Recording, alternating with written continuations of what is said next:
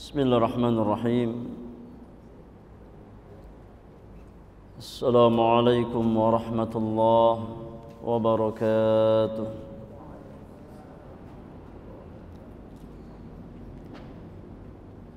Innal hamdalillah nahmaduhu wa nasta'inuhu wa nastaghfiruh wa na'udzu billahi min shururi anfusina wa sayyiati a'malina. Man yahdihillahu fala mudilla lahu wa man yudlilhu fala hadiya lahu. Ashhadu an la ilaha illallah wahdahu la sharika lahu wa ashhadu anna Muhammadan 'abduhu wa rasuluhu la nabiyya ba'dah. Ya ayyuhalladzina amanu taqullaha haqqa tuqatih wa la tamutunna illa wa antum muslimun. Ya ayyuhan nasu taqu rabbakumul ladzi khalaqakum min nafsin wahidah وخلق منها زوجها وبث منهما رجالا كثيرا ونساء واتقوا الله الذي تساءلون به والأرحام إن الله كان عليكم رقيبا. يا أيها الذين آمنوا اتقوا الله وقولوا قولا سديدا يصلح لكم أعمالكم ويغفر لكم ذنوبكم ومن يطع الله ورسوله فقد فاز فوزا عظيما. فإن أصدق الحديث كتاب الله عز وجل وخير الهدي هدي نبينا محمد صلى الله عليه وسلم وشر الأمور محدثاتها وكل محدثة بدعة وكل بدعة ضلالة وكل ضلالة في النار. أما بعد. Ikhwani wa akhwati fillah, ma'asyiral muslimin wal muslimat, ma'asyira talabatil ilmi wa talibatil ilmi, rahimakumullahu ajma'in. Jamaah sekalian, kaum muslimin dan kaum muslimat yang semoga senantiasa dirahmati, diberikan taufik dan hidayah di atas jalan-jalan kebaikan oleh Allah Subhanahu wa taala. Kita bersyukur kepada Rabbul Alamin, Rabbul Arsyil Azim, atas semua kenikmatan yang Allah berikan kepada kita, secara khusus nikmat hidayah, nikmat iman dan nikmat Islam, serta nikmat dimudahkan di atas jalan-jalan kebaikan, di atas jalan talabul ilmi syar'i, serta berusaha mengamalkan ilmu-ilmu yang telah kita pelajari.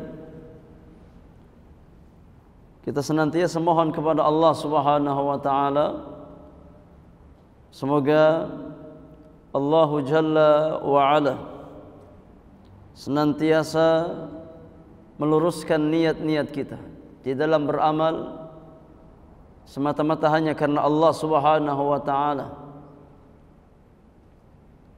Kita berkumpul karena Allah Subhanahu wa taala dalam rangka bertaqarrub kepadanya dengan sebuah amal ibadah yang sangat mulia, di sisi Allah Subhanahu wa taala sebuah ibadah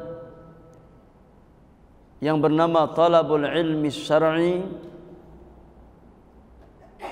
yang biidznillah azza wa jalla akan menjadi asas serta pondasi kebaikan bagi seorang hamba di dunia dan akhirat. Karena memang tidak mungkin kita akan mampu mendapatkan kelapangan, kebahagiaan, ketenangan baik dalam kehidupan dunia terlebih di akhirat melainkan dengan ilmu, melainkan dengan hadiyu, petunjuk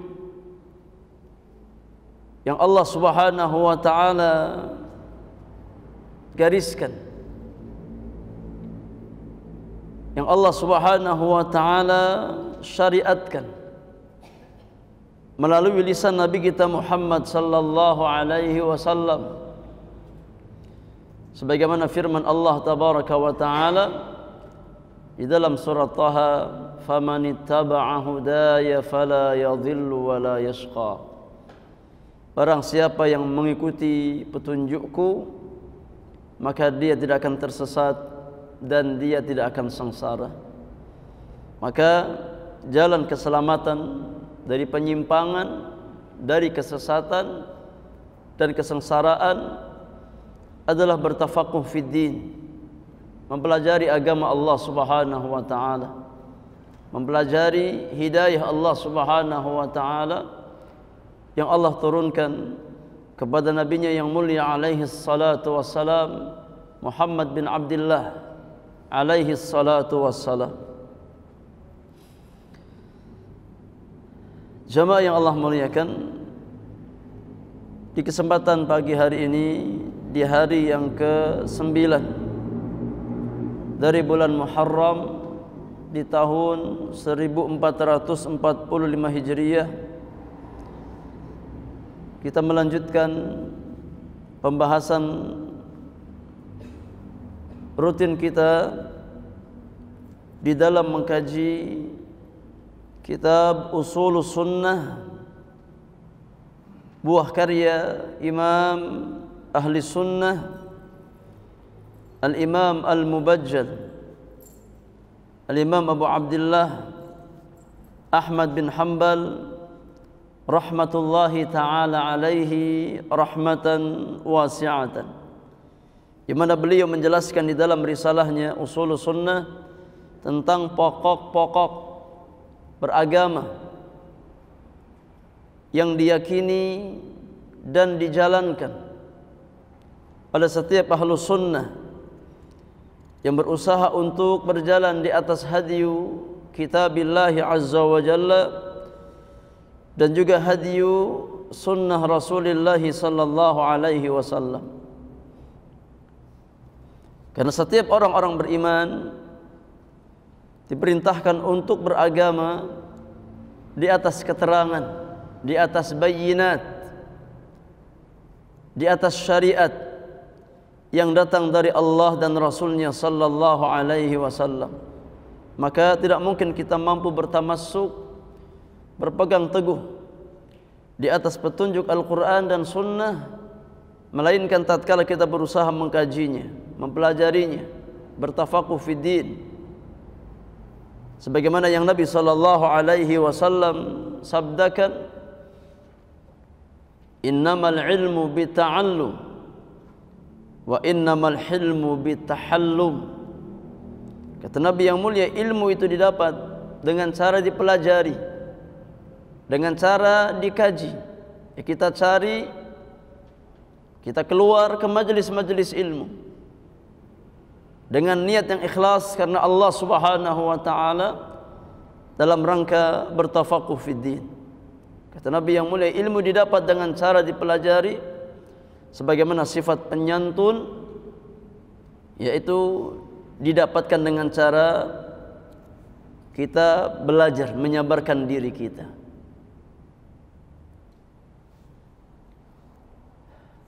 Dan di pertemuan pagi hari ini,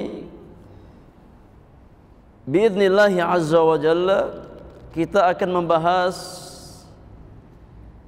poin yang ke-33 dan 34 yang penulis bawakan tentang larangan khuruj kepada wulatil umur, larangan memberontak kepada penguasa yang sah. Berkata Al-Imam Ahmad bin Hanbal rahimahullahu ta'ala di dalam kitabnya Ushulus Sunnah di poin yang ke-33, wa man kharaja ala imamin min a'immatil muslimin wa qad kana an-nasu ijtama'u alayhi wa aqarru lahu bil khilafati bi ayyi wajhin kana birridha aw bil ghalabah faqad syaqqa hadzal khariju 'asal muslimin wa khalafa al athar an Rasulillah sallallahu alaihi wasallam fa in mata hadzal khariju alaihi mata mitatan jahiliyatan. Kata Imam Ahmad, barang siapa yang keluar dari ketaatan terhadap seorang pemimpin di antara pemimpin kaum muslimin yang sah, ya, yang diakui kepemimpinannya, padahal manusia telah bersatu dan mengakui kepemimpinan ya baginya dengan cara apapun, baik dengan ridha atau dengan ghalabah, ya, dengan mengambil kekuasaan secara paksa, dan dia menjadi pemimpin kaum muslimin, maka sungguh orang tersebut telah memecah belah persatuan kaum muslimin dan menyelisihi athar-athar dari Rasulullah sallallahu alaihi wasallam. Dan apabila dia mati, ini orang yang keluar dari ketaatan kepada pemerintah kaum muslimin yang sah, tatkala dia memberontak kepada penguasa kaum muslimin yang sah, kemudian dia meninggal dunia, ya, maka dia mati sebagaimana bangkai jahiliyah, ya, dia mati sebagaimana bangkai jahiliyah. Kemudian di poin yang ke-34 Al-Imam rahimahullahu ta'ala berkata, wala yahillu qitalu sultani walal khuruju alaihi li ahadin minan nas faman fa'ala dhalika fahuwa mubtadi'un ala ghairi sunnati wat tariqah. Kata Imam Ahmad, tidak halal memerangi ya pemerintah atau penguasa yang sah, memberontak kepada penguasa yang sah, serta keluar dari ketaatan kepadanya, dikarenakan ya sebagian manusia. Tidak boleh kita memberontak karena hasutan sebagian manusia, ya, karena ajakan sebagian manusia. Barang siapa yang melakukan hal itu, maka ia adalah seorang mubtadi', ya, pelaku kebid'ahan yang menyelisihi sunnah Rasulullah sallallahu alaihi wasallam dan menyimpang dari jalan yang lurus, menyimpang dari as-siratal mustaqim yang digariskan oleh Allah dan Rasulnya sallallahu alaihi wasallam. Ini ya dua poin. Poin ke-33 dan 34 yang berbicara tentang larangan yang memberontak kepada penguasa kaum muslimin yang sah. Dan dua poin ini, jamaah yang Allah muliakan, sebagai mukammil, ya, sebagai mutammim, penyempurna dari pembahasan kita di pertemuan yang lalu, ya tentang wujubu sam'i wa ta'ah liwulatil umur, tentang kewajiban mendengar dan taat kepada penguasa kaum muslimin, ya selama bukan dalam perkara-perkara yang sifatnya maksiat kepada Allah Subhanahu wa taala. Ya, karena di antara konsekuensi dari as-sam'u wa ta'ah terhadap ulatul umur adalah tidak keluar dari ketaatan. Di antara konsekuensi dari as-sam'u wa ta'ah adalah tidak mengangkat senjata ya terhadap penguasa yang sah, tidak memberontak terhadap penguasa yang sah. Dan ini ya manhaj ahlus sunnah wal jamaah di dalam bermuamalah bersama penguasa kaum muslimin. Ya, bagaimanapun kondisi mereka, maka kita diperintahkan oleh Allah dan Rasulnya sallallahu alaihi wasallam ya untuk bermuamalah sebagaimana yang ditunjukkan oleh nas Al-Quran dan hadis-hadis Rasulullah sallallahu alaihi wasallam. Dan hal ini ya yang menjadi ijma' kesepakatan ahlus sunnah wal jamaah sepanjang zaman, ya sebagaimana yang dinukilkan oleh al-Imam An-Nawawi rahimahullahu taala. Ya, Imam An-Nawawi rahimahullahu taala di mana beliau berkata, wa ammal khuruju alaihim wa qitaluhum faharamun bi ijma'il muslimin.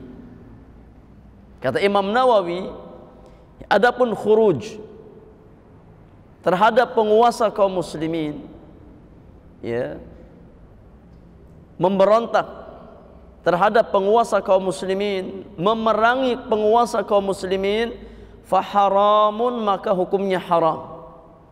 Bi ijma'il muslimin, dengan ijma' kaum muslimin. Ya.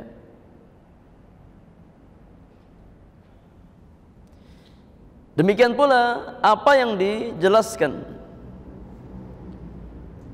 oleh Syekhul Islam Ibn Taimiyah rahimahullahu taala,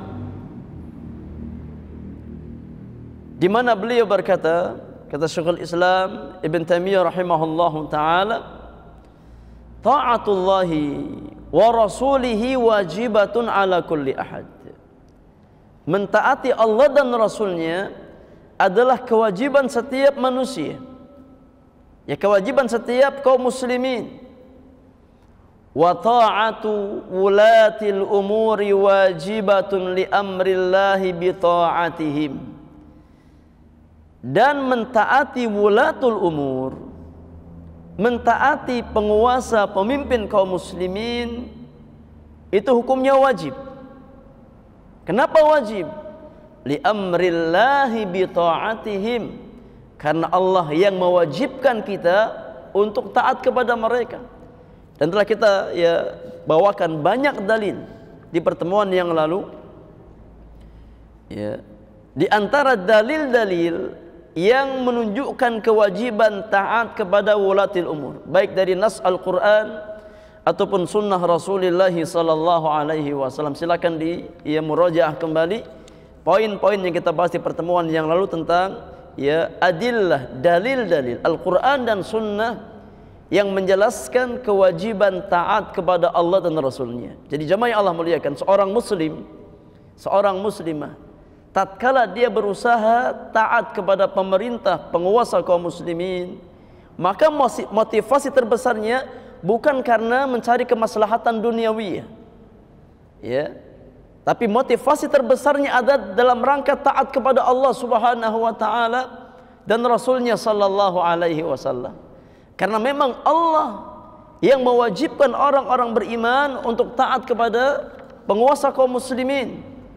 Sebagaimana firman Allah tabaraka wa taala di dalam surat An-Nisa ayat yang ke-59. Allah Subhanahu wa taala berfirman, ya ayyuhalladzina amanu athi'ullaha wa athi'ur rasul wa ulil amri minkum. Wahai orang-orang beriman, taatilah Allah, taatilah Rasul, dan ya taatilah ulil amri di antara kalian. Taatilah penguasa ya di antara kalian. Maka kata Syekhul Islam, sebagaimana kita wajib taat kepada Allah dan Rasulnya alaihi salatu wassalam, dan kita pun wajib taat kepada pemerintah kaum muslimin, ya, karena Allah yang mewajibkan kita untuk taat kepada mereka. Faman ata'a Allah wa rasulahu bi ta'ati wulatil amri lillah fa ajruhu 'ala Allah. Kata Syekhul Islam, maka barang siapa yang mentaati Allah dan Rasulnya dengan jalan mentaati ya wulatul umur, dengan wasilah kita mentaati ya pemimpin kita, karena kita ingin menjalankan ketaatan kepada Allah dan Rasulnya, maka pahalanya di sisi Allah Subhanahu wa ta'ala. Yakni barang siapa yang mentaati pemimpin dengan motivasi karena menjalankan ketaatan kepada Allah dan Rasulnya, maka baginya pahala di sisi Allah Subhanahu wa ta'ala. Wa man kana la yuti'uhum illa lima ya'khudhuhu minal wilayah wal mal fa in a'tauhu ata'ahum wa in mana'uhu asahum fama lahu fil akhirati min khalaq. Kata Syekhul Islam, adapun orang yang tidak mau taat kepada pemimpin kecuali apabila dia mendapatkan bagian duniawi yang diberikan kepadanya, ya kalau yakni pemimpin memberikan dia maslahat duniawi, dia mau taat. Ya kalau pemimpin enggak memberikan maslahat duniawi, dia enggak mau taat, ya berarti ketaatan dia kepada pemimpin ya bukan karena Allah dan Rasulnya sallallahu alaihi wasallam, tapi hanya karena faktor-faktor duniawi yang dia inginkan. Ya, kalau seandainya ya mentaati pemerintah, dia mendapatkan kebaikan duniawi, dia mau taat.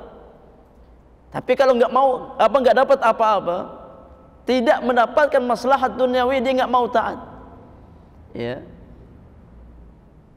Bahkan membangkang kepada pemimpin yang sah, maka orang seperti itu tidak mendapatkan bagian pahala di akhirat nanti.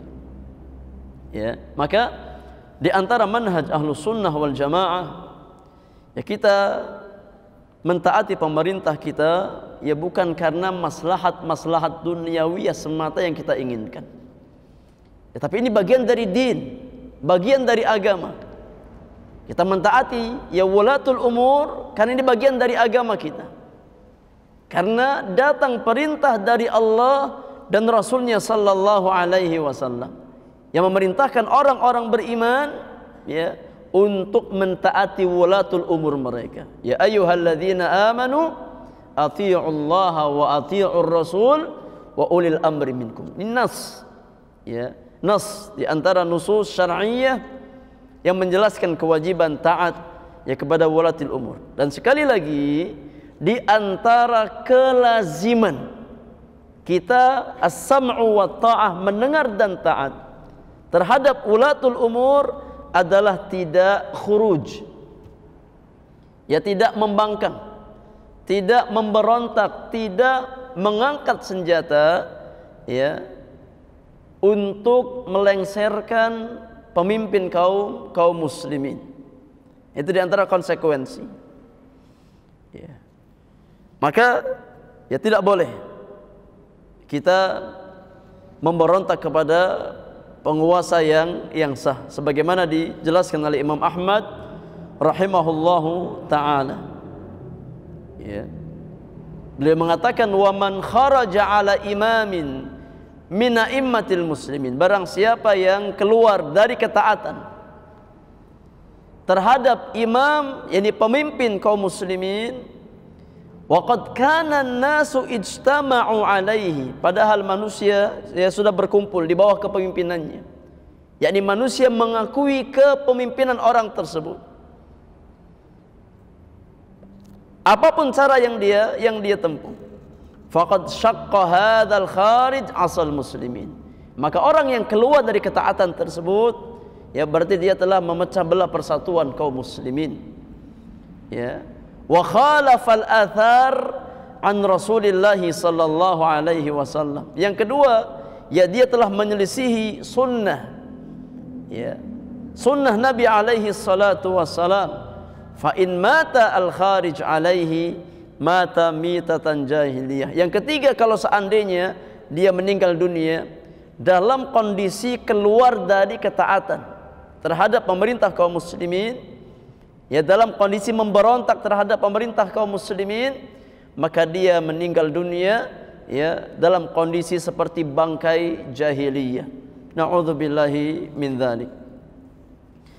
Jamaah yang Allah muliakan, ya, sangat banyak dalil ya tentang larangan keluar dari ketaatan kepada pemimpin kaum muslimin, meskipun mereka adalah orang-orang yang zalim, ya, yang mementingkan hak mereka dan tidak memperhatikan hak ini orang lain. Kewajiban kita tetap mendengar dan taat dalam perkara-perkara yang ma'ruf, dan tidak boleh kita ya melepaskan baiat dari pemimpin kaum muslimin yang sah. Di antara dalil ya yang menjelaskan tentang perkara di atas adalah hadis yang dikeluarkan oleh Al-Imam Al-Bukhari dan Muslim di dalam sahihnya dari jalan sahabat yang mulia Abdullah bin Abbas radhiyallahu taala anhuma, bahwasannya Nabi sallallahu alaihi wasallam pernah bersabda. Hadisnya sahih, ya, dikeluarkan oleh Al-Imam Al-Bukhari dan Muslim di dalam sahihnya. Kita semua tahu bahwasannya tatkala sebuah hadis ya disepakati dikeluarkan oleh Al-Imam Al-Bukhari dan Muslim, maka ini adalah hadis yang paling sahih. Kata Nabi sallallahu alaihi wasallam, "Man ra'a min amirihi syai'an yakrahuhu falyasbir alaihi." Siapa yang melihat dari pemimpinnya sesuatu yang tidak dia senangi, hendaknya dia bersabar. Hendaknya dia menyabarkan diri. Ya. Berusaha bertakwa kepada Allah Subhanahu wa taala dengan menjalankan kewajiban taat kepada penguasa kaum muslimin, ya. Dan berusaha meminta jalan keluar yang terbaik kepada Allah Subhanahu wa taala. Maka hendaknya dia bersabar, kata Nabi. Fa innahu man faraqal jama'ata shibran famata illa mitatan jahiliyatan. Karena tidaklah seseorang memisahkan diri dari jamaah kaum muslimin, ya, memisahkan diri dari jamaah kaum muslimin, ini melepaskan ketaatan kepada penguasa kaum muslimin yang sah, ya, tidak mengakui memimpin kaum muslimin yang sah, ya, dia memisahkan diri dari jamaah kaum muslimin. Ya, tidaklah seseorang memisahkan diri dari jamaah kaum muslimin meskipun ya sejengkal, kemudian dia meninggal dunia, kecuali dia mati dalam kondisi seperti bangkai jahiliyah. Ya, seperti bangkai jahiliyah. Demikian pula dalam hadis yang lain, dari hadis Abu Hurairah radhiyallahu taala anhu wa ardhahu, dan hadisnya sahih, dikeluarkan oleh Imam Muslim di dalam sahihnya, Imam Ahmad di dalam musnadnya, dan Imam Nasai di dalam sunannya, dari jalan sahabat yang mulia Abu Hurairah radhiyallahu taala anhu wa ardhah. Nabi yang mulia alaihi salatu wassalam bersabda, "Man kharaja minat ta'ah," barang siapa yang keluar dari ketaatan. Maksudnya ketaatan terhadap pemimpin kaum muslimin.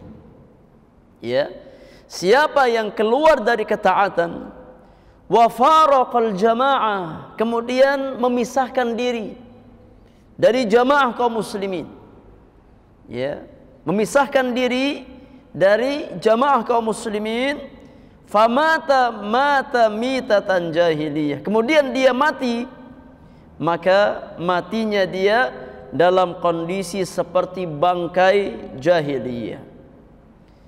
Para ulama menjelaskan, ya, bahwasanya makna orang yang meninggal dunia dalam kondisi keluar dari ketaatan kepada pemerintah kaum muslimin, dia mati dalam kondisi seperti bangkai jahiliyah, bukan maknanya kafir, tidak. Ya, bukan maknanya kafir. Tapi maknanya kata para ulama, ya, dia adalah pelaku dosa besar. Murtakib al-kabirah, pelaku dosa besar. Dan matinya dia, ya, seperti matinya orang-orang jahiliyah. Kenapa Nabi katakan seperti apa? Bangkai jahiliyah. Kata para ulama, karena dahulu kondisi orang-orang jahiliyah, ya, mereka tanpa ada pemimpin. Ya, mereka tanpa ada pemimpin. Jadi kehidupan orang-orang jahiliyah. Ya, maka seseorang yang keluar dari ketaatan kepada penguasa kaum muslimin yang sah, kemudian dia meninggal dunia dalam kondisi seperti itu, maka matinya dia seperti mati orang jahiliyah. Na'udzubillahi min dzalik. Ya, maka jemaah yang Allah muliakan, ya, jangan sampai kita keluar dari ketaatan kepada penguasa kaum muslimin yang sah, ya, karena orang yang meninggal dunia dalam kondisi yang mencabut baiatnya, keluar dari ketaatan kepada penguasa yang sah, ya, dia mati dalam kondisi seperti bangkai jahiliyah. Kemudian dalil yang lain adalah hadis Abu Dzar Al-Ghifari radhiyallahu taala anhu wa ardhah. Di dalam hadis Muslim, di mana Abu Dzar pernah berkata, kata beliau, inna khalili awsani an asma' wa uti' wa in kana 'abdan habasyian mujadda' al-atraf. Kata Abu Dzar Al-Ghifari, sesungguhnya, ya, khalilku, yakni Nabi sallallahu alaihi wasallam, sesungguhnya Rasulullah berwasiat kepadaku untuk senantiasa mendengar dan taat kepada seorang pemimpin, siapapun pemimpin tersebut, tetap mendengar dan taat dalam perkara yang ma'ruf, ya, selama tidak diperintah untuk bermaksiat kepada Allah Subhanahu wa taala. Wa in kana 'abdan habasyian mujadda' al-atraf, sekalipun pemimpin yang berkuasa adalah seorang hamba sahaya dari Ethiopia yang fisiknya, ya, fisiknya buruk, ya, selama dia sudah menjadi pemimpin yang sah di negeri kaum muslimin, maka tetap, ya, Nabi wasiatkan untuk mendengar dan taat. Ini menunjukkan bahwasannya mendengar dan taat terhadap penguasa kaum muslimin adalah perkara yang diperintahkan oleh Nabi kita Muhammad sallallahu alaihi wasallam. Ya, perkara yang dibangun di atasnya sunnah Nabi yang mulia alaihi salatu wassalam. Ya. Maka Ahlus Sunnah menyelisihi, ya, tawaif dari kalangan ahli bid'ah yang mereka, ya, keluar dari ketaatan kepada penguasa kaum muslimin hanya karena kefasikan-kefasikan mereka, seperti, ya, manhaj orang-orang Khawarij dan juga Mu'tazilah yang mereka mewajibkan untuk keluar atau khuruj, ya, dari ketaatan terhadap waliul amr apabila mereka berbuat kefasikan. yang melakukan kefasikan, melakukan dosa besar. Ya, karena di antara akidah orang-orang Khawarij, ya mereka mengkafirkan pelaku dosa besar. Ya, mereka mengkafirkan pelaku dosa besar. Maka orang-orang Khawarij di antara manhaj beragama mereka, ya mereka mewajibkan untuk yakni keluar dari ketaatan kepada pemimpin tatkala pemimpin tersebut adalah orang yang fasik. Ya. Karena mereka menghukumi ya orang yang fasik sebagai kafir. Ya, keluar dari Islam. Tapi Ahlussunnah tidak. Ya, pelaku dosa besar, orang yang fasik mereka muslim. Ya. Mereka muslim, tapi muslim yang tidak sempurna imannya. Ya. Pelaku dosa besar ya dalam pandangan Ahlussunnah ya tidak keluar dari keislaman selama mereka tidak melegalkan dosa tersebut. Ya, tapi mereka mukmin yang ya kurang keimanannya. Maka di dunia mereka dihukumi sebagai mukmin. Adapun di akhirat maka mereka ya orang-orang fasik, para pelaku dosa besar, yang mereka di bawah masyiatullah azza wa jalla, di bawah kehendak Allah subhanahu wa ta'ala. Kalau seandainya Allah berkehendak, Allah akan ampuni dosa-dosa mereka. Kalau seandainya Allah berkehendak, Allah akan yang mengadab mereka dengan sebab dosa-dosa tersebut. Kemudian jamaah yang Allah muliakan, ya para ulama kita menjelaskan ya hikmah kenapa kita diwajibkan bersabar tatkala kita ya yakni hidup bersama pemimpin-pemimpin yang fasik, yang zalim sekalipun. Kenapa kita diwajibkan bersabar dan dilarang untuk mengangkat senjata memberontak kepada mereka? Hikmahnya kata para ulama, ya, lianna syari'ata ja'at bitahsilil masalih wa takmiliha wa dar'il mafasid wa taqliliha. Di antara hikmah kenapa kita dilarang untuk memberontak kepada penguasa kaum muslimin yang sah, karena syariat Islam itu datang untuk memberikan kemaslahatan, ya, untuk menyempurnakan kemaslahatan. Dan Islam datang untuk menolak kemudaratan, ya, atau meminimalisir kemudaratan. Ini ya tujuan dari syariat. Bahwasannya Allah Subhanahu wa taala mensyariatkan Islam kepada hamba-hambanya adalah untuk memberikan maslahat dan menghilangkan mudarat. Ya. Jalbul masalih wa dar'ul mafasid. Ya. Untuk mendatangkan kemaslahatan dan menolak kemudaratan. Ini asas syariat Islam. Ya. Atau minimal ya meminimalisir kemudaratan yang ada. Ya. Maka berlaku kaidah di antara kaidah-kaidah dalam agama kita, dan ini kaidah ya yang sangat besar yang dibahas oleh para fuqaha dalam buku-buku fikih mereka. Ya. Bahwasanya di antara kaidah dalam agama kita, apabila ya ada dua kemaslahatan,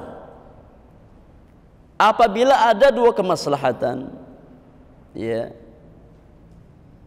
yang tidak mungkin kita ambil kedua-duanya, melainkan harus mengambil salah satunya, maka yang kita ambil adalah maslahat yang paling besar.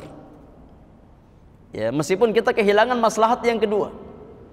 Apabila ditimbang, ya ada dua kemaslahatan, yang mana dari dua maslahat tersebut ada yang lebih besar dan ada yang lebih kecil, maka kewajiban kita adalah mengambil maslahat yang paling besar meskipun kita kehilangan maslahat yang yang lebih kecil.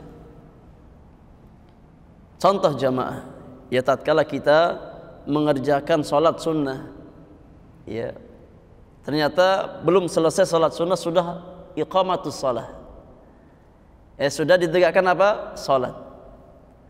Maka di sini ada dua kemaslahatan. Ya, maslahat yang pertama kita mengerjakan sholat sunnah. Ya. Kemudian maslahat yang kedua kita mengerjakan sholat wajib. Mana yang paling besar? Mengerjakan sholat wajib. Ya makanya tatkala seseorang dia mengerjakan sholat sunnah, kemudian baru rakaat pertama ya, sudah dikumandangkan iqamatus shalah, dia tinggalkan ya sholat sunnahnya dan dia masuk ya bersama jamaah mengerjakan sholat sholat wajib. Karena nggak mungkin digabung antara keduanya. Tidak mungkin digabungkan antara dua maslahat tersebut. Maka kalau harus memilih di antara dua kemaslahatan, ya kita wajib memilih maslahat yang paling yang paling besar. Ya. Demikian pula seorang anak, ya contoh, tatkala dia sedang mengerjakan sholat sunnah, ya kemudian ada orang tuanya memanggil, berhajat kepada dia. Ya, maka di sini ada dua maslahat. Yang pertama maslahat sholat sunnah, yang kedua maslahat mengijabah ya panggilan orang tua. Ya, yang hukumnya apa? Hukumnya wajib. Hukumnya wajib. Maka dalam masalah ini, ya boleh kita meninggalkan sholat sunnah kita, ya untuk mengijabah panggilan orang tua kita. Ya, kenapa? Karena mengijabah panggilan orang tua hukumnya wajib. Ya, dan hal-hal yang lain dalam kehidupan kita yang sangat banyak ya bisa kita terapkan kaidah tersebut. Demikian pula jamaah yang Allah muliakan, ya, tatkala ada dua kemudaratan, tatkala ada dua mafsadat, ya, dan mau tidak mau kita harus jatuh ke dalam salah satunya, ya, maka berlaku kaidah akhafud dararain lidar'i a'zami al-mafsadataini. Ya kita mengambil mudarat yang paling ringan untuk terhindar dari mudarat yang lebih besar. Ya. Jadi kalau dalam masalah maslahat kita ambil yang paling besar maslahatnya, tapi dalam masalah mudarat kita ambil yang paling ringan mudaratnya. Yang paling ringan mudaratnya. Di antara penerapan kaidah ini adalah apa yang Nabi sallallahu alaihi wasallam lakukan tatkala bermuamalah dengan laki-laki yang masuk ke masjid, kemudian tiba-tiba kencing di salah satu sudut masjid. Ini di antara bentuk penerapan kaidah mengambil mudarat yang lebih ringan untuk terhindar dari mudarat yang lebih besar. Tatkala datang seorang laki-laki Badui, ya seorang Arab Badui datang ke kota Madinah, kemudian dia masuk ke masjid, ya, kemudian dia kencing di salah satu sudut masjid. Ya para sahabat yang melihat kelakuan laki-laki tersebut sudah geram. Ya mereka marah, mereka jengkel. Bahkan mereka menghardik laki-laki tersebut. Kata Nabi sallallahu alaihi wasallam, da'uhu, biarkan dia. Jangan kalian ganggu.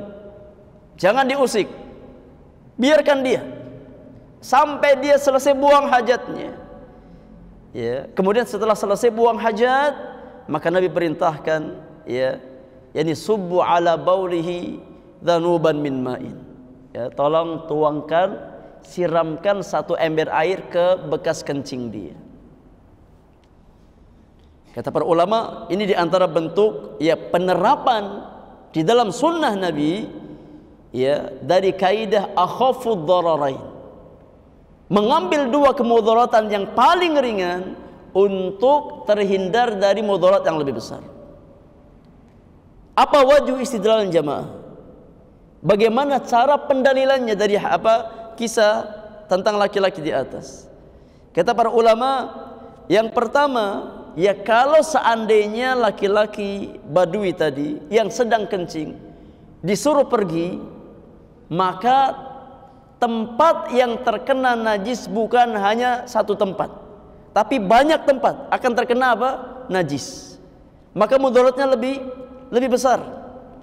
Ya, daripada tatkala dia dibiarkan kencing sampai selesai, maka hanya ada satu tempat yang terkena najis. Tapi kalau belum selesai, ya kemudian disuruh pergi, kan nggak mungkin berhenti. Nah, itu tabiat, yaitu ya nggak mungkin apa berhenti. Pasti apa kemana-mana najisnya. Nabi katakan jangan diganggu, biarkan dia sampai selesai hajatnya. Kalau sudah selesai, disiram dengan satu ember air. Yang kedua, kata para ulama, kalau seandainya laki-laki Arab Badui tadi ya dipaksa harus pergi padahal dia sedang buang hajat, maka bisa memudaratkan fisiknya. Ya, bisa menyakiti fisiknya. Ya, karena di antara sesuatu yang sangat menyakitkan adalah tatkala kita menahan buang air kecil. Ya, luar biasa sakitnya, luar biasa gelisahnya. Ya, mending kita nahan makan, nahan minum daripada apa? Nahan buang air. Ya, maka mudarat yang ditimbulkan itu jauh lebih besar. Maka Nabi SAW memerintahkan para sahabat untuk membiarkan laki-laki itu ya selesai dari hajatnya. Karena dia berbuat seperti itu karena kejahilan dia, karena ketidaktahuan dia. Maka setelah Nabi selesai dari salat, Nabi panggil dia, ya fulan, ya sesungguhnya, atau ya Nabi panggil dia. Setelah dia selesai buang hajatnya, Nabi panggil dia, Nabi ajarkan dia. Karena Nabi tahu dia ini nggak tahu, orang jahil. Ya, maka kewajiban seorang alim adalah mengajarkan orang yang mengerjakan kesalahan karena ketidaktahuan dia. Ya, bukan dimarahi, bukan dihardik, tapi diajarkan. Ini akhlak Nabi alaihi salatu wassalam. Ya. Karena orang yang mengerjakan sesuatu yang terlarang karena ketidaktahuan diberikan uzur oleh Allah Subhanahu wa taala. Ada uzur di hadapan Allah Subhanahu wa taala. Beda dengan orang yang mengerjakan kesalahan karena apa? Ilmu yang dia miliki. Ya, padahal sudah tahu ilmunya, berbeda hukumnya. Antara orang yang melakukan sesuatu yang terlarang karena kejahilan ya dengan orang yang mengerjakan sesuatu yang terlarang ya padahal dia sudah punya ilmunya, maka hukumnya berbeda di hadapan Allah Subhanahu wa taala. Meskipun apa perbuatannya sama tapi nilainya berbeda. Ya, nilainya berbeda. Orang yang sudah tahu dia kencing di masjid itu terlarang, kemudian dia kencing di masjid, dosa apa tidak? Dosa besar. Tapi orang yang belum tahu ya ilmunya, kemudian dia berbuat sesuatu yang terlarang, ya maka hukumnya berbeda di hadapan Allah Subhanahu wa taala. Ya, maka Nabi ajarkan dia, fulan, sungguhnya ini adalah masjid. Ya, tempat untuk kita salat, ya untuk membaca Al-Qur'an, untuk zikir kepada Allah Subhanahu wa taala. Ya, dan tidak layak untuk buang kotoran manusia. Ini tempat yang mulia, ya tempat kita beribadah kepada Allah, tempat kita bertaqarrub kepada Allah, dan bukan tempat membuang kotoran manusia. Ya, Nabi sampaikan dengan penuh akhlak. Nabi sampaikan dengan kelemah lembutan. Karena Nabi tahu dia ini belum tahu. Ya, dia belum tahu. Dia melakukan kesalahan karena ketidaktahuan dia, maka Nabi ajarkan. Ya, Nabi ajarkan. Ya, lihat bagaimana pengaruh jamaah yang Allah muliakan, akhlak yang mulia di dalam menyampaikan ilmu. Ya, lihat betapa besarnya pengaruh akhlak yang mulia di dalam membuka hati-hati manusia. Ya, setelah taufik dari Allah Subhanahu wa taala, maka laki-laki tadi dia berdoa ya kepada Allah Subhanahu wa taala, Allahumma arhamni wa Muhammadan wa la tarham ma'ana ahadan. Ya Allah, rahmati aku dan Muhammad saja. Ya, jangan engkau rahmati selain kami berdua. Ya, satu masjid ini ya Allah, yang kamu rahmati hanya aku dan Muhammad saja. Yang lain yang ada enggak usah dikasih rahmat. Kenapa? Karena yang lain galak. Ya, yang lain menghardik saya, tapi Muhammad tidak. Muhammad mengajarkan saya dengan kelemah lembutan. Ya. Ini di antara penerapan dari ya mengambil mudarat yang paling ringan untuk terhindar dari mudarat yang lebih besar. Demikian pula kata para ulama dalam masalah bersabar dalam bermuamalah dengan wulatil umur. Kesabaran kita dari kezaliman mereka itu lebih ringan daripada kita mengangkat senjata memberontak kepada penguasa kaum muslimin yang sah. Dan wallahi ya ini yakni manhaj Al-Quran dan Sunnah. Ya, sadaqallah wa sadaqa rasuluhu sallallahu alaihi wasallam. Ya, kita lihat realita kehidupan ya umat manusia sepanjang zaman sampai hari ini yang menjelaskan kebenaran ya manhaj Al-Quran dan Sunnah dalam bermuamalah dengan wulatil umur. Tatkala kaum muslimin kehilangan kesabaran mereka yang harusnya mereka tetap bersabar, ya tatkala mereka diprovokasi oleh sebagian manusia ya untuk keluar memberontak kepada penguasa kaum muslimin yang sah, yang terjadi adalah ya fitnah yang luar biasa ya, yang kita tidak tahu kapan akan berakhir fitnah tersebut ya, pertumpahan darah ya, kekacauan di negeri-negeri kaum muslimin ya, tatkala mereka meninggalkan yakni petunjuk, meninggalkan hadiyu Rasulullah sallallahu alaihi wasallam hanya karena teriakan sebagian manusia ya, kemudian mengangkat senjata memberontak kepada penguasa yang sah, maka yang ada adalah pertumpahan darah ya, ratusan ribu nyawa kaum muslimin melayang ya, bahkan mungkin jutaan nyawa kaum muslimin melayang. Kita lihat di negeri-negeri kaum muslimin, di Syam ya, di Suria, di Yaman. Kata para ulama, apa yang terjadi di negeri-negeri kaum muslimin adalah pelajaran yang sangat berharga. Bagaimana kebenaran sabda Nabi sallallahu alaihi wasallam, bersabar sampai kita bertemu dengan Allah Subhanahu wa taala. Dan kita yakin ya tidak pernah ada sesuatu yang menjadi hak kita kemudian hilang dengan sia-sia. Kalaupun kita tidak mendapatkan hak kita di dunia, maka pasti akan kita dapatkan hak tersebut kapan? Tatkala kita kembali kepada Allah Subhanahu wa taala. Karena Allah Subhanahu wa taala adalah ahkamul hakimin. Tidak mungkin ya ada satupun kezaliman yang dibiarkan oleh Allah Subhanahu wa taala.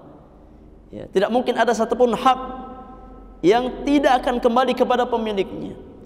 Ya, imma di dunia, imma di akhirat. Ya. Maka ya ini kaidah ya. Yakni kita bersabar, menyabarkan diri dalam bermuamalah dengan wulatil umur. Ya. Tidak memberontak. Ini untuk mendapatkan maslahat yang lebih besar. Ya. Dan untuk menolak mudarat yang lebih besar. Ya. Untuk menolak mudarat yang lebih besar daripada tatkala kita keluar ya memberontak, mengangkat senjata ya terhadap pemimpin kaum muslimin yang sah. Di antara dalil yang lain jamaah yang Allah muliakan dalam masalah ini ya, sangat banyak dalilnya ya, ratusan dalil dari sunnah Nabi sallallahu alaihi wasallam, tapi kita bawakan sebagiannya saja. Ya, sudah cukup sebagai isyarat bagi orang-orang beriman tentang pentingnya berjalan di atas petunjuk Al-Quran dan Sunnah ya dalam setiap sendi kehidupan kita. Ya, termasuk di dalamnya di dalam bab muamalatul hukam, dalam bab bermuamalah bersama penguasa kaum muslimin. Di antara dalil dalam masalah ini adalah hadis Hudzaifah ibn al-Yaman radhiyallahu taala anhu wa ardhah, di mana beliau berkata, kata Hudzaifah ibn al-Yaman, Hudzaifah ini jamaah yang Allah muliakan adalah seorang sahabat Nabi yang digelari dengan julukan apa? Apa julukan Hudzaifah bin Yaman?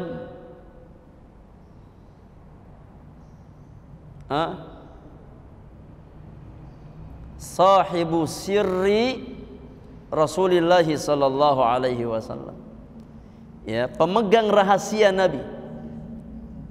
Hudzaifah bin Yaman adalah sahabat yang digelari dengan pemegang rahasia Nabi sallallahu alaihi wasallam. Kenapa beliau dijuluki sebagai sahibu sirri Rasulullah?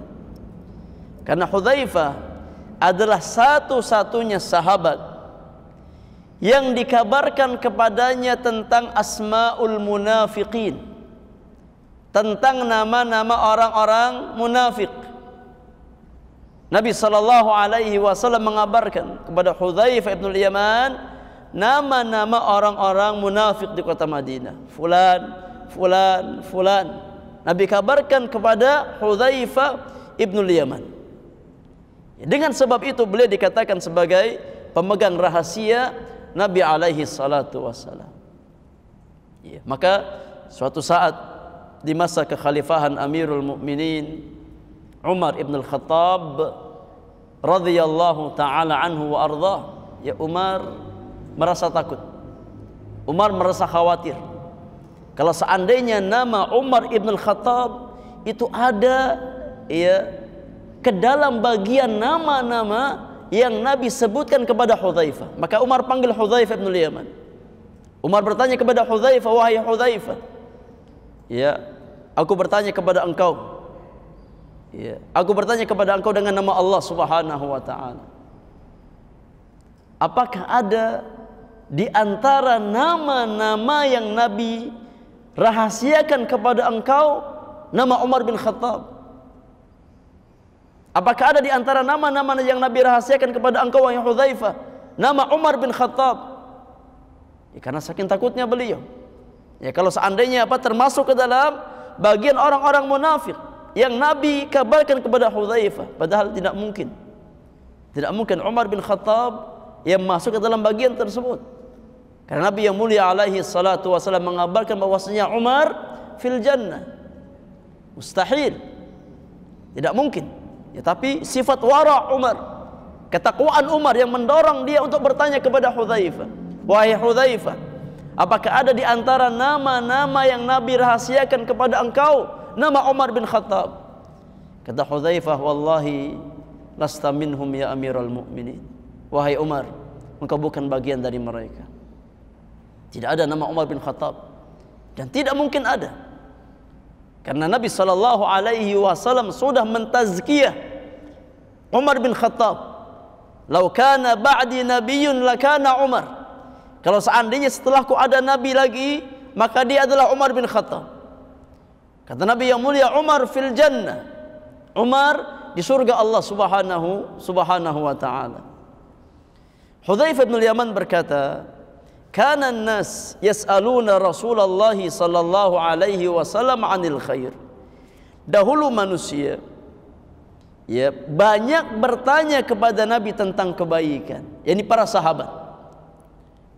Hudzaifah menjelaskan bahwasannya mayoritas para sahabat Nabi mereka bertanya tentang kebaikan-kebaikan, tentang amal-amal saleh kepada Nabi sallallahu alaihi wasallam untuk mereka amalkan. Ini jemaah yang Allah muliakan, di antara gaya hidup orang-orang mulia.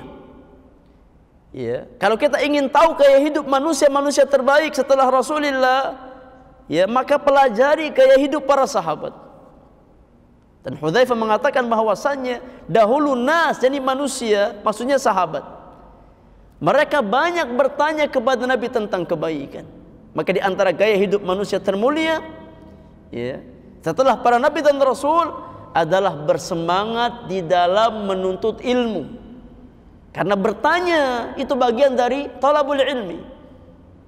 Ya, bertanya bagian dari menuntut ilmu. Maka para sahabat Rasulullah sallallahu alaihi wasallam mereka banyak bertanya kepada Nabi tentang kebaikan-kebaikan untuk mereka amalkan. Nah, ini poinnya. Ya, bukan sebatas belajar tapi tidak diamalkan. Ya, kalau kita ingin tahu manhajnya para sahabat dalam talabul ilmi, Maka manhaj para sahabat adalah ilmu dan amal. Belajar untuk diamalkan. Bukan sebatas menjadi wawasan yang kita ketahui. Bukan sebatas teori-teori ilmu yang kita catat dalam buku-buku kajian kita, tidak. Tapi inti dari ilmu adalah al-amal. Ya. Inti dari ilmu adalah amal. Sejauh mana kita mampu mengamalkan ilmu yang kita miliki, itulah hakikat ilmu yang kita miliki. Ya, bukan sebatas hafalan yang dipertandingkan, yang diperlombakan. Ya, bukan sebatas banyaknya buku catatan kajian kita. Tapi hakikat ilmu adalah beramal. Ya, di atas hadyu Al-Qur'anul Karim dan sunnah Rasulullah sallallahu alaihi wasallam. Wa kuntu as'aluhu 'anis syarr. Sedangkan aku, kata Hudzaifah, sering bertanya kepada Nabi tentang keburukan. Ya, tentang keburukan. Makhafata an yudrikani, karena aku khawatir, ya, aku terjatuh dalam keburukan dalam kondisi aku tidak mengetahuinya. Hudzaifah bin Yaman radhiyallahu taala anhu adalah sahabat yang faqih. Ya, sahabat yang faqih. Ya. Dia berusaha untuk menjaga diri dari keburukan. Ya, bagaimana caranya? Dengan cara bertanya kepada Nabi tentang keburukan-keburukan. Ya. Sehingga tatkala seseorang tahu tentang keburukan, ya, maka dia bisa menjaga diri dari keburukan tersebut. Faqultu, kata Hudzaifah, maka aku berkata kepada Nabi, ya Rasulullah, inna kunna fi jahiliyatin wa syarrin, faja'ana Allahu bihadzal khair. Ya Rasulullah, dahulu kita di masa jahiliyah, ya di masa keburukan. Ya, belum mengenal iman, belum mengenal Islam. Kemudian Allah datangkan kebaikan di tengah-tengah kita. Allah turunkan, ya, Al-Qur'an, Allah mengutus nabinya sallallahu alaihi wasallam. Kebaikan setelah masa jahiliyah. Ya, maka Allah mendatangkan kebaikan kepada kita. Fahal ba'da hadzal khairi min syarrin? Kata Hudzaifah, setelah kebaikan ini ya Rasulullah, apakah akan ada keburukan lagi? Setelah Allah menurunkan kebaikan kepada hamba-hambanya, apakah akan datang keburukan ya Rasulullah? Kata Nabi yang mulia, na'am, iya, nanti kelak akan datang keburukan setelah ini. Qultu, kata Hudzaifah, wa hal ba'da dzalika syarri min khairin? Setelah datang keburukan, apakah akan datang kebaikan yang lain ya Rasulullah? Kata Nabi yang mulia, qala na'am wa fihi dakhan. Iya, setelah keburukan nanti akan datang kebaikan lagi. Ya, tapi sudah bercampur, enggak lagi murni. Enggak lagi murni. Sebagaimana kebaikan yang diturunkan kepada Nabi sallallahu alaihi wasallam, yang Nabi sampaikan kepada sahabat-sahabat beliau, menunjukkan bahwasannya yang paling murni dari Islam adalah yang Nabi sampaikan kepada sahabat. Itu kebaikan yang paling murni. Itu ilmu yang paling murni. Ya. Setelah kebaikan yang murni akan datang keburukan. Dan setelah keburukan akan datang kebaikan lagi, kata Nabi. Tapi kebaikan yang sudah tercampur. Ya. Yang tidak lagi murni. Ya. Kata Nabi yang mulia, qaumun yahduna bi ghairi hadyi ta'rifu minhum wa tunkir. Ya, sebuah kaum yang mereka yakni mengamalkan petunjuk, ya, dengan selain petunjukku. Kalian tahu itu dan kalian pasti ingkari. Sebagian kaum yang yakni berpegang, ya, dengan selain hadyu atau petunjuk Nabi sallallahu alaihi wasallam. Qultu fahal ba'da dzalikal khairi min syarr? Kata Hudzaifah, apakah setelah kebaikan yang bercampur tersebut akan datang keburukan lagi? Kata Nabi yang mulia, na'am, iya. Du'atun ala abwabi jahannam, man ajabahum ilaiha qadhafuhu fiha. Kata Nabi sallallahu alaihi wasallam, iya, Setelah kebaikan yang kedua tadi akan datang keburukan lagi. Ya, dan di antara keburukan yang datang adalah orang-orang yang menyeru manusia kepada neraka jahanam. Ya. Yang mereka mengajak manusia kepada jalan-jalan keburukan. Ya, kepada neraka Allah Subhanahu wa taala. Man ajabahum ilaiha qadhafuhu fiha. Kata Nabi yang mulia, siapa yang mengikuti seruan doa tersebut, maka mereka akan melemparkan pengikutnya ke dalam neraka jahanam. Wal iyadzu billah. Qultu ya Rasulullah sifhum lana. Kata Hudzaifah, ya Rasulullah, tolong jelaskan sifat-sifat mereka kepada kami agar kami tidak terkecoh. Ya, tatkala kami mendapatkan kaum seperti itu, kami bisa menjaga diri dari mereka. Kata Nabi sallallahu alaihi wasallam, hum min jildatina wa yatakallamuna bi alsinatina. Mereka dari kita, ya, kulitnya sama dengan kulit kita. Mereka berbicara sebagaimana kita berbicara dengan bahasa-bahasa kita. Ini mereka dari anak-anak kaum muslimin sendiri. Ya. Qultu fama ta'muruni in adrakani dzalik. Kata Hudzaifah, ya Rasulullah, apa yang engkau perintahkan tatkala kita atau tatkala saya mendapati kehidupan seperti itu? Tatkala muncul ya banyak penyeru-penyeru yang menyeru manusia kepada neraka jahanam. Apa yang kau perintahkan kepadaku ya Rasulullah? Kata Nabi sallallahu alaihi wasallam, talzam jama'atal muslimin wa imamahum. Hendaknya engkau ya berusaha melazimi jamaah kaum muslimin dan pemimpin mereka. Ya, Nabi memberikan solusi, ya tetap mengikuti pemimpin kaum muslimin dan jamaah mereka. Ya, jamaah kaum muslimin.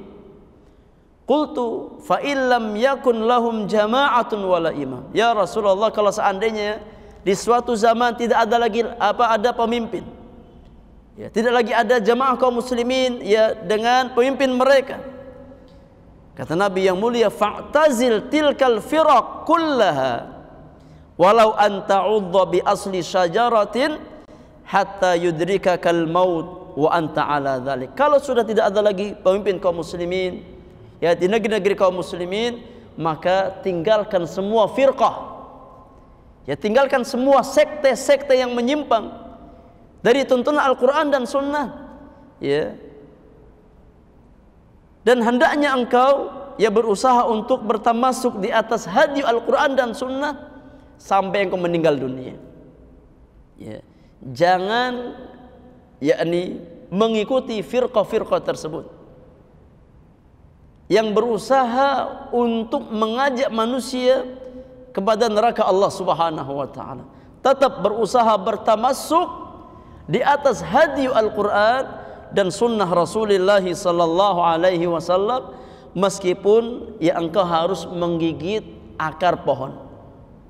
Ya, tetap berusaha untuk istiqamah di atas petunjuk Al-Quranul Karim dan sunnah Rasulullah sallallahu alaihi wasallam, dan tinggalkan semua firqah-firqah yang menyimpang dari Islam. Ya. Yang menarik jamaah di sini, ya, komentar para ulama kita seperti Al-Imam Abu Zakaria Yahya bin Sharaf An-Nawawi rahimahullahu taala di dalam kitab beliau Al-Minhaj. Ya, beliau mengaitkan masalah ini dengan kewajiban taat kepada penguasa kaum muslimin.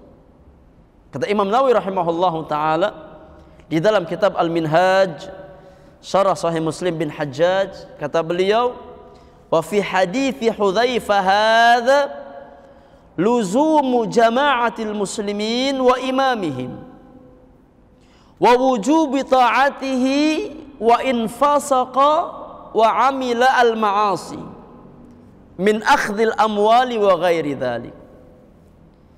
Ya, dalam hadis Hudzaifah di atas, kata Imam Nawawi, terdapat dalil ya kewajiban untuk senantiasa melazimi jamaah kaum muslimin, ya, melazimi jamaah kaum muslimin dan pemimpin mereka, serta terdapat faidah kewajiban mentaati pemimpin kaum muslimin meskipun dia adalah orang yang fasik dan mengamalkan maksiat. Ya, seperti mengambil harta orang lain dengan tanpa hak dan yang lainnya. Fatajibu ta'atuhu fi ghairi maksiatin, maka tetap wajib mentaati pemerintah kaum muslimin ya selama bukan dalam perkara maksiat kepada Allah Subhanahu wa taala.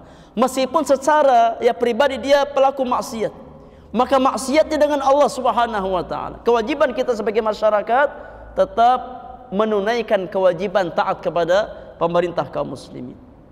Ya, selama perintah tersebut bukan dalam hal yang sifatnya maksiat kepada Allah Subhanahu wa taala. Adapun kefasikannya, maka urusan dia dengan Allah Subhanahu wa taala.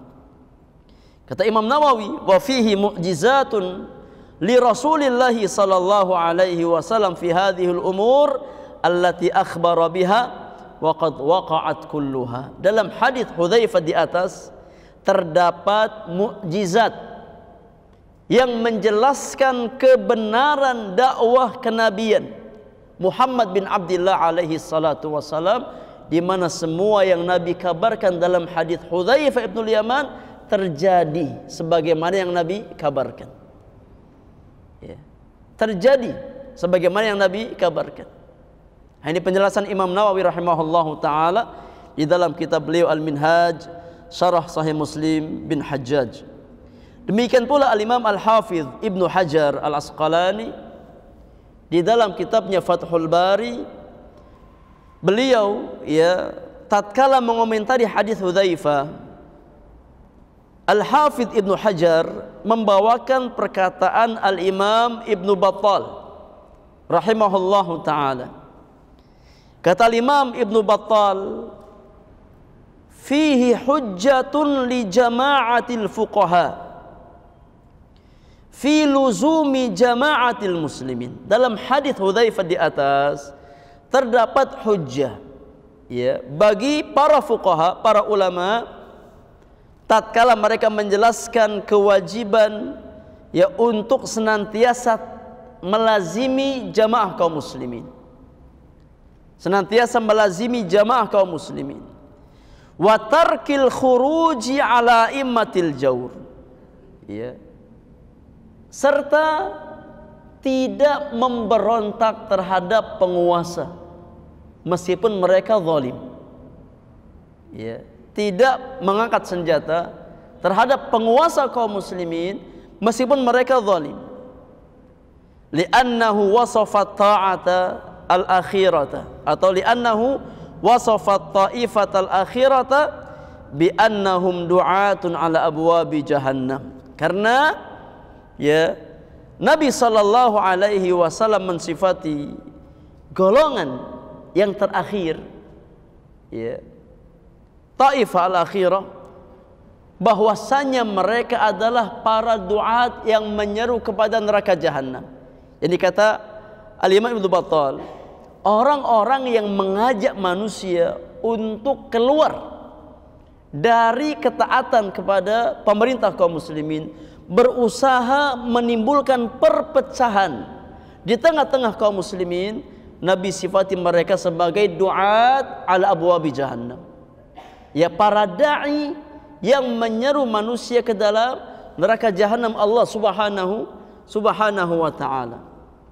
Ya, maka mafhum dari hadis di atas bahwasannya Ahlus Sunnah tidak pernah memprovokasi ya masyarakat untuk memberontak, ya, apalagi mengangkat senjata terhadap pemimpin kaum muslimin yang sah. Bersabar, ya, sampai ya kita diberikan makhraj yang terbaik oleh Allah Subhanahu wa taala. Ima kita yang meninggal duluan di atas kesabaran tersebut, Allah, atau Allah gantikan pemimpin yang lebih baik dari yang ada.